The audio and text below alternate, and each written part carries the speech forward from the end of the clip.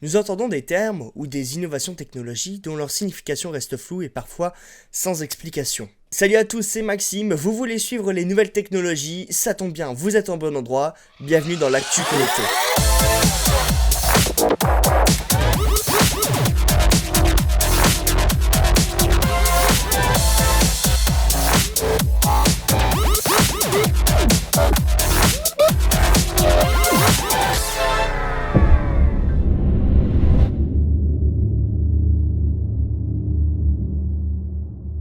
Aujourd'hui, je vais vous parler de la 5G qui est déployée plus ou moins en France. Beaucoup de personnes se posent la question de son utilité et des effets négatifs de cette nouvelle technologie. Et c'est là qu'il est important de vous expliquer à quoi sert la 5G. Et on commence avec la première question.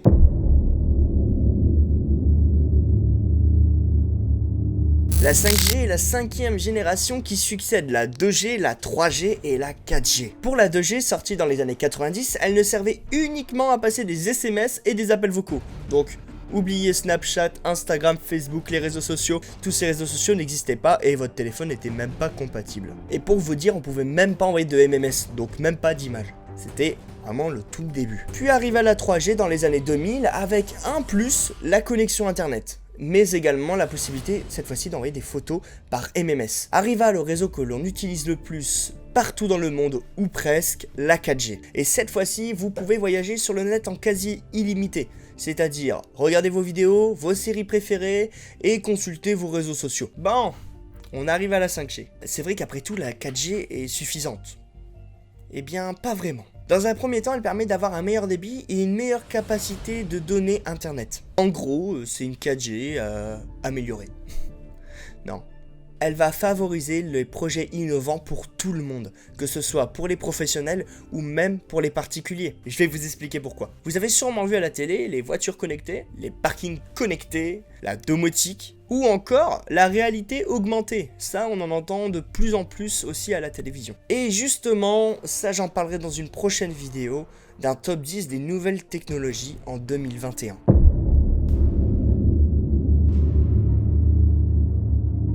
Si des opérateurs téléphoniques proposent déjà de la 5G, les zones de couverture sont très limitées et parfois ce n'est pas vraiment de la 5G. Alors si vraiment vous voulez bénéficier de ce réseau, il vous faudra un téléphone compatible, un forfait compatible pour au final ne pas avoir réellement encore de la 5G. Ce que je vous conseille avant de sauter directement sur la chaîne d'un smartphone compatible avec la 5G, c'est de consulter la zone couverture des réseaux qui va vous donner tous les points où la 5G est disponible. Enfin, presque disponible. Cette cartographie vous permettra justement de connaître les réseaux disponibles, que ce soit la 2G, la 3G, la 4G ou la 5G. Il faut ajouter qu'en moyenne, un smartphone se garde entre 3 et 4 ans, et que la 5G ne donnera que son plein potentiel dans plusieurs années. Je prends l'exemple de la 4G qui n'est pas encore forcément optimisée à quelques endroits, voire parfois pas du tout. Il y a pas du tout de 4G, voire même c'est une zone blanche quoi. En tout cas, si vous voulez changer de smartphone, penchez-vous plus sur la qualité de l'écran, de l'appareil photo si vous aimez faire de la photographie, ou de la batterie si vous voulez une autonomie un peu plus élargie. Ce sera plus avantageux et parfois même moins onéreux que d'un téléphone compatible avec la 5G.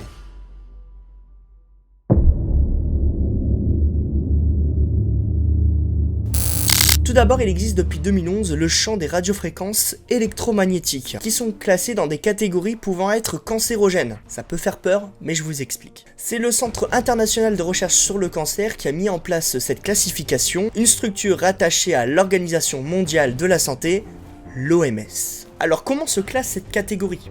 Et qu'est-ce que ça signifie aussi ? La catégorie dans laquelle se trouvent les ondes de la 5G s'appelle 2B. Cancérogène possible. Il existe 4 autres niveaux. Le premier, cancérogène. Le 2A, probablement cancérogène. Le 3 est inclassable. Et le 4e est probablement pas cancérogène. Et justement, je veux vous rassurer sur ce point, les émissions électromagnétiques des réseaux doivent respecter un certain nombre de seuils et de contraintes qui sont très strictes. Et la 5G n'y fait pas d'exception.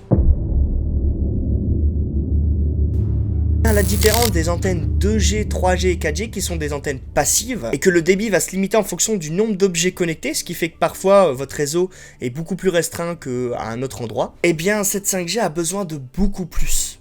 Mais la zone de transmission n'est pas suffisante pour la 5G, enfin pour ce qu'elle veut proposer en fait. Ils vont donc déployer des antennes actives. Celle-ci va donner de plus hautes fréquences et de faire passer plus d'informations à la seconde. Et ça va permettre de désencombrer le réseau. Mais le problème, c'est que ces ondes sont courtes et que du coup, un obstacle, c'est-à-dire un immeuble, un arbre, la pluie, va limiter ou même casser cette chaîne de transmission. Il faut donc un relais de plusieurs antennes pour toujours garder cette même fréquence constamment. Ces antennes, vous ne les verrez pas forcément. Elles seront tout simplement dans ce qu'on voit dans le quotidien, c'est-à-dire par exemple dans des feux, dans des stops, dans absolument tout. Voilà, c'en est tout pour cet épisode sur la 5G. Bon, il y a encore beaucoup d'années avant que cette 5G soit vraiment déployée dans le monde entier et qu'elle soit vraiment optimisée. Pour l'instant, on est sur un départ. Sachez que cette série se fera régulièrement et se fera aussi en fonction de vos questions. Donc n'hésitez pas à mettre en commentaire une question sur une technologie que vous ne savez pas forcément ce que ça signifie ou vous aimeriez avoir un peu plus d'explications. Sachez que cette émission est proposée par les centres sociaux connectés du bassin minier, qui a donc pour but de réduire cette fracture numérique, mais aussi de vous accompagner, de vous expliquer cette transition numérique. N'hésitez pas à aimer la page Facebook Centres sociaux connectés du bassin minier et également Centres sociaux de Mazingarbe. On se dit à la prochaine pour le top 10 des nouvelles technologies. C'était Max, salut tout le monde!